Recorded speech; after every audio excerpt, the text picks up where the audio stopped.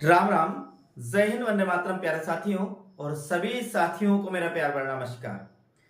प्रिय साथियों, आज हम पढ़ने वाले हैं आदिकाल का गद्य साहित्य, यानी हिंदी साहित्य का जो आदिकाल है उस हिंदी साहित्य का आज हम पढ़ने वाले हैं गद्य साहित्य। गद्य साहित्य के अंतर्गत कौन कौन सी कृतियां आती है और उन कृतियों में क्या है साथियों, ये आज अपन पढ़ेंगे।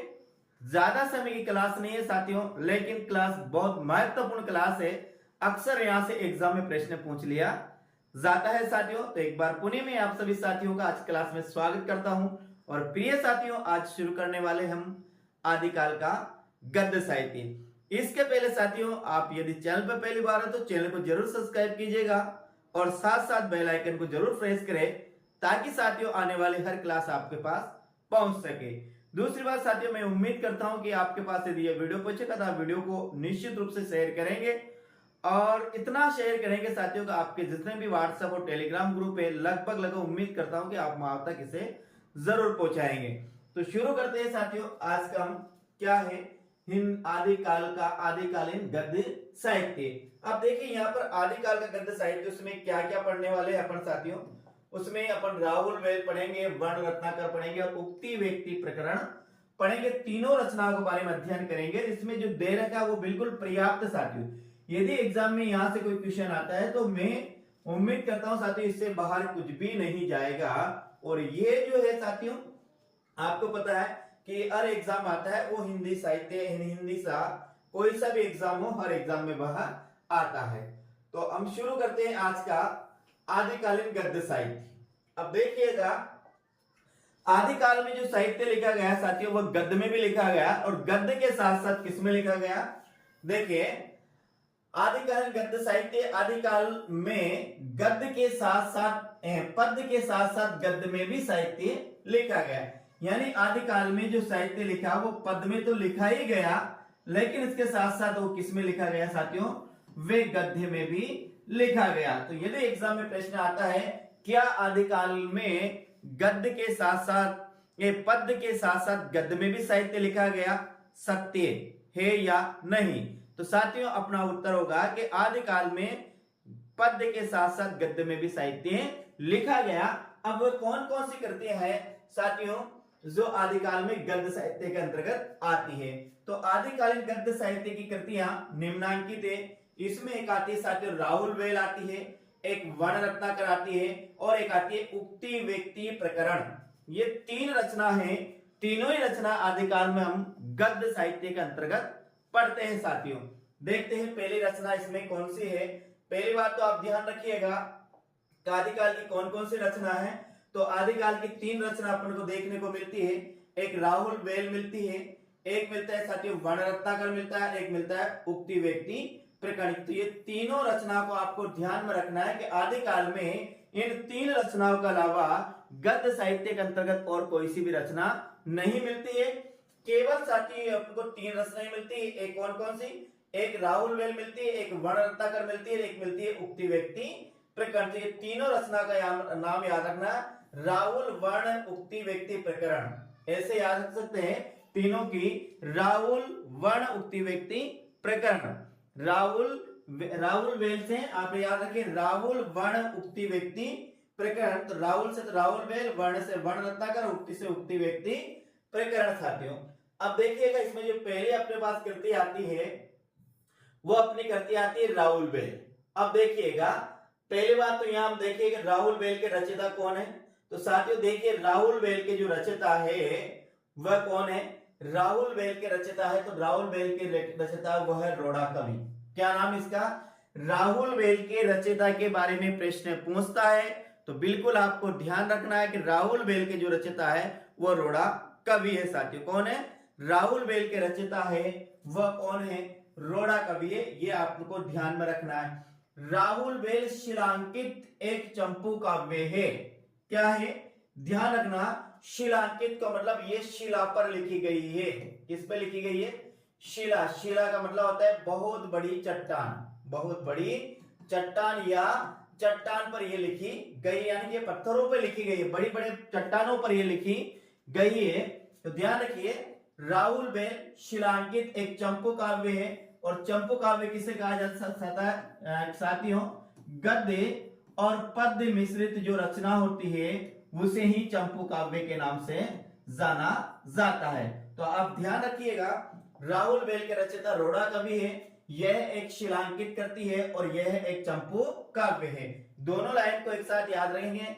राहुल बेल शिलांकित एक चंपू काव्य है, इसमें हिंदी की 7 बोलियों का वर्णन मिलता है। ध्यान रखना साथियों, यह प्रश्न आया है एग्जाम में, और सेकंड ग्रेड के एग्जाम में भी आया और फर्स्ट ग्रेड के एग्जाम में भी आया है, और उसमें बहुत कठिनाई से पूछा था कि निम्न में से राहुल बेल के संबंध में कौन सा कथन सत्य नहीं है, इस प्रकार से प्रश्न पूछा। तो आपको ध्यान रखना है, इसमें हिंदी की 7 बोलियों का वर्णन है। ध्यान रखना, ये शिलांकित करती है चंपू काव्य, हिंदी की कितनी बोलियों का वर्णन है? तो इसमें हिंदी की 7 बोलियों का वर्णन है, और जिसमें साथियों ध्यान रखना, इसमें राजस्थानी की प्रधानता है। जो राजस्थानी भाषा है उस भाषा की इसमें क्या है? प्रधानता है। यानी हिंदी की 7 बोलियां तो है सही, साथ ही साथ इसमें जिस भाषा की प्रधानता है तो वह भाषा राजस्थानी भाषा है। इसमें राजस्थानी भाषा की क्या है? प्रधानता। ये अपन को ध्यान रखना है। इसकी नायिका राहुल है, ध्यान रखना, राहुल बेल है, तो राहुल बेल की जो नायिका है उसका नाम क्या है? उसका नाम राहुल है साथियों। ध्यान रखना, इसका नाम क्या है? राहुल है। तो इसमें नायिका राहुल का नखशिक वर्णन किया गया है। क्या है? इसमें नायिका राहुल का नखशिक वर्णन किया गया है। नखशिक का मतलब है अपने पैरों से लेकर सिर की जो शिका है, चोटी है, यहां तक का इसमें नायिका राहुल का वर्णन किया गया है। किसमें? राहुल वेल में। ध्यान रखना, इसमें नायिका राहुल का नखशिक वर्णन है। आगे ध्यान रखना, हिंदी में नखशिक सौंदर्य वर्णन पद्धति का आरंभ राहुल बेल से ही माना जाता है। यह भी आपको ध्यान रखना है, हिंदी में नखशिक सौंदर्य वर्णन पद्धति का आरंभ राहुल बेल से ही माना जाता है। साथियों ध्यान रखिएगा, यदि प्रश्न पूछता है कि नखशिक वर्णन पद्धति का आरंभ माना जाता है, तो आपको ध्यान रखना है प्रिय साथियों, प्रिय विद्यार्थियों, कि हिंदी में नखशिक वर्णन पद्धति का आरंभ माना जाता है। वो किससे माना जाता है? राहुल बेल से माना जाता है। तो एक बार पुनः, राहुल बेल के रचयिता रोड़ा कवि है। राहुल बेल शिलांकित एक चंपू काव्य है। इसमें हिंदी की 7 बोलियों का वर्णन मिलता है, जिसमें प्रधानता है। तो उसमें किसकी प्रधानता है? उसमें राजस्थानी भाषा की प्रधानता है। किसकी? साथियों ध्यान रखना, उसमें राजस्थानी भाषा की क्या है? प्रधानता है। इसमें नायिका राहुल का नखशिक वर्णन है। कौन है? इसकी नायिका का नाम पूछे साथियों, ध्यान रखना, नायिका का नाम है राहुल, और राहुल का क्या है? नखशिक वर्णन है। इसमें आगे हिंदी में नखशिक सौंदर्य वर्णन पद्धति, हिंदी में नखशिक सौंदर्य वर्णन पद्धति का आरंभ माना जाता है साथियों। तो कहां से माना जाता है? राहुल बेल से माना जाता है। जैसे और बात करते हैं, हिंदी में षड ऋतु वर्णन पद्धति का आरंभ कहां से माना जाता है? तो साथियों ये माना जाता है संदेश राशक से। किससे? संदेश राशक से ये माना जाता है। किसमें? हिंदी में नखशिक वर्णन पद्धति का आरंभ माना जाता है, तो ये माना जाता है किससे?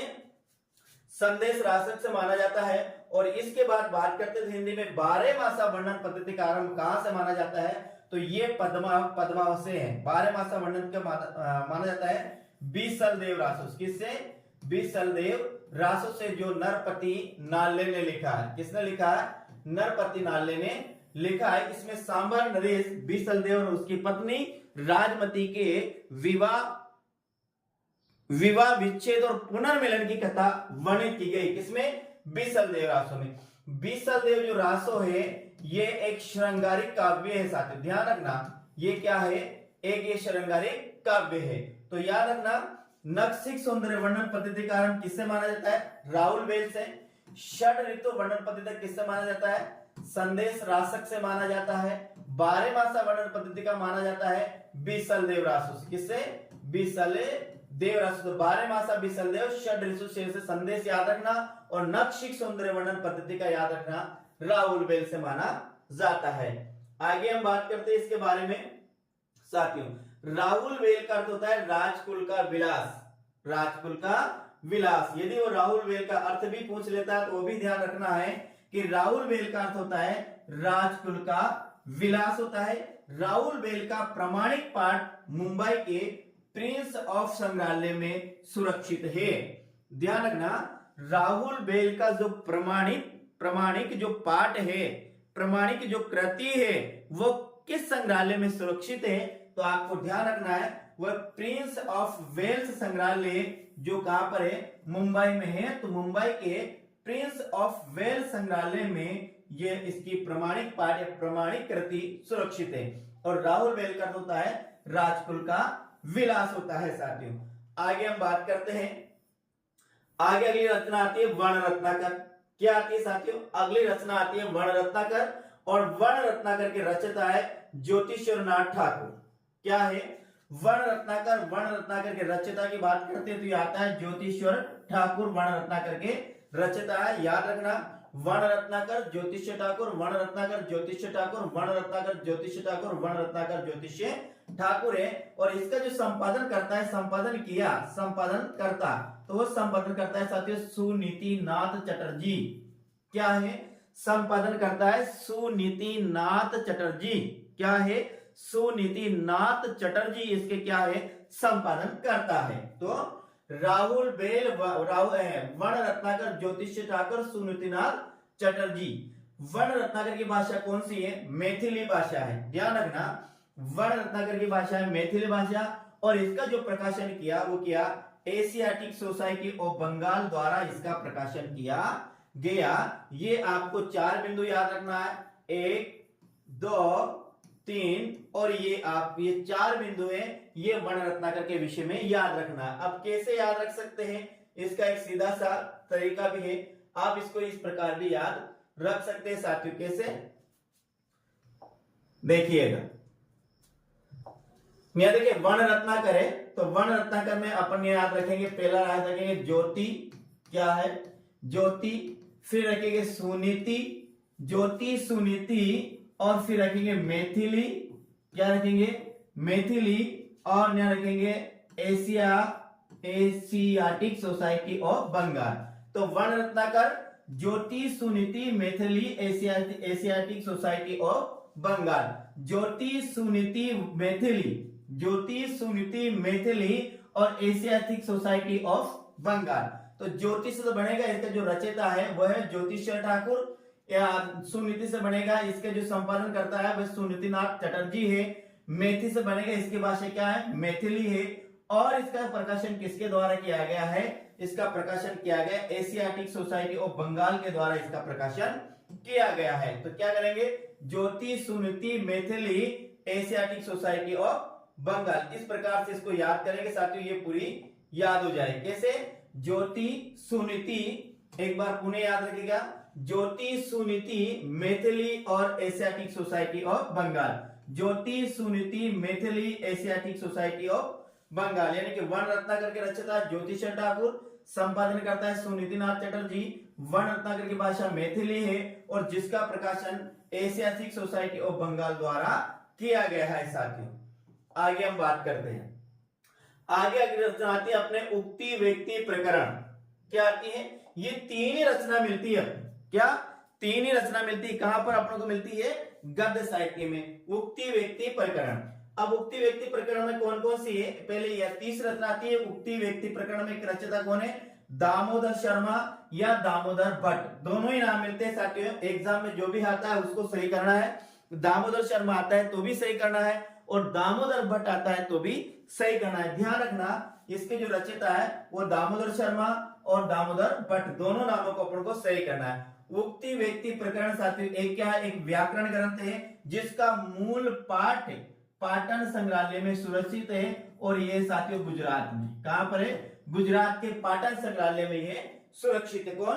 उक्ति व्यक्ति प्रकरण एक व्याकरण ग्रंथ है जिसमें साथियों इसकी जो मूल कृति है वे गुजरात के पाटन संग्रहालय में सुरक्षित है। कहां पर है? गुजरात के पाटन संग्रहालय में सुरक्षित। आपको ध्यान रखना है कि उक्ति व्यक्ति प्रकरण है उसके रचयिता दामोदर शर्मा है या इसे दामोदर भट्ट भी कहते हैं। उक्ति व्यक्ति प्रकरण एक क्या है? व्याकरण ग्रंथ है और इसका जो मूल पाठ है, मूल पाठ का मतलब है मूल कृति है, इसका जो प्रमाणिक पाठ है वे गुजरात के पाटन संग्रहालय में सुरक्षित है। इसके साथ साथ इसमें एक दो बिंदु और है साथियों, वो भी आपको याद रखना है। क्या है? इसमें बनारस और उसके आसपास की संस्कृति और भाषा की जानकारी मिलती है। ये आरपीएससी फर्स्ट ग्रेड ने ये प्रश्न पूछा है। इसमें उक्ति व्यक्ति प्रकरण में एक तो क्या है, बनारस और बनारस के आसपास की क्या है, संस्कृति का, बनारस और उसके आसपास की।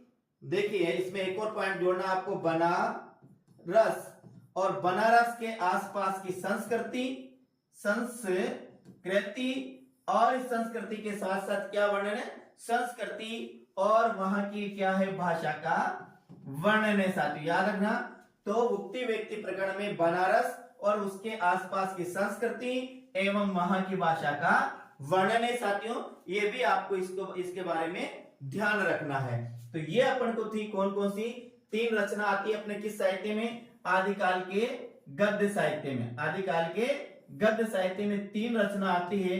पहले अपन ने पढ़ा राहुल बेल, दूसरी पढ़ा अपने वण रत्नाकर और तीसरी पढ़ा अपने उक्ति व्यक्ति प्रकरण पढ़ा। तो उक्ति व्यक्ति प्रकरण के रचयिता है दामोदर शर्मा या दामोदर भट्ट, और उक्ति व्यक्ति प्रकरण एक व्याकरण ग्रंथ है जिसका मूल पाठ गुजरात के पाटन संग्रहालय में सुरक्षित है। साथ ही साथ इसमें आपको ध्यान रखना है कि इसमें बनारस उसके आसपास की संस्कृति क्या रखना, इसमें बनारस वे उसके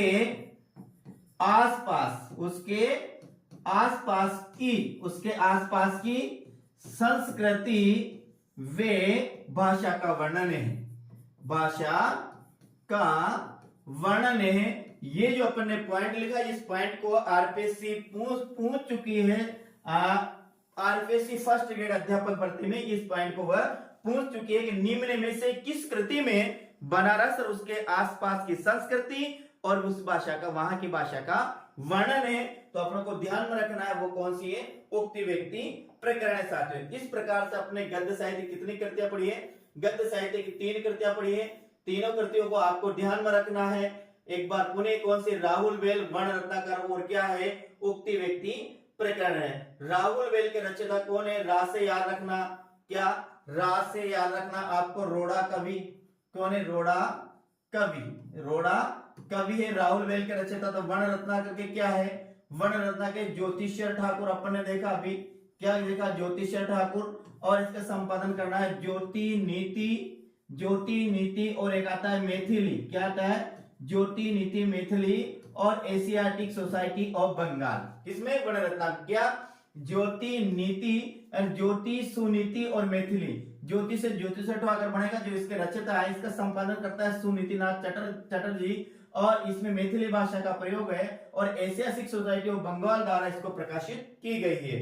तो देखें यहाँ क्या आएगा, रोड़ा कवि, न्याय आएगा ज्योतिषर ठाकुर, क्या आएगा, ज्योतिषर ठाकुर, और न्याय उक्ति व्यक्ति प्रकरण में क्या आएगा, दामोदर, क्या आएगा, दामोदर शर्मा या फिर दामोदर भट्ट आएगा साथियों, ये याद रखना। और ये क्या है, ये एक व्याकरण ग्रंथ है, क्या है, ये एक व्याकरण ग्रंथ है। कौन, उक्ति व्यक्ति जो प्रकरण है ये क्या है, एक व्याकरण ग्रंथ है। और ये क्या, गुजरात के पाटन संग्रहालय में सुरक्षित है, गुजरात के पाटन संग्रहालय में सुरक्षित है, ध्यान रखना। और इसमें क्या, बनारस, क्या ध्यान रखना, बनारस और उसके आसपास की क्या है, एक तो संस्कृति है, साथ ही साथ यहाँ पर वहां की भाषा का वर्णन है साथियों। तो ये अपने आते हैं गद्य साहित्य के अंतर्गत। ये तीनों ही रचना आपको गद्य साहित्य के अंतर्गत याद करनी है।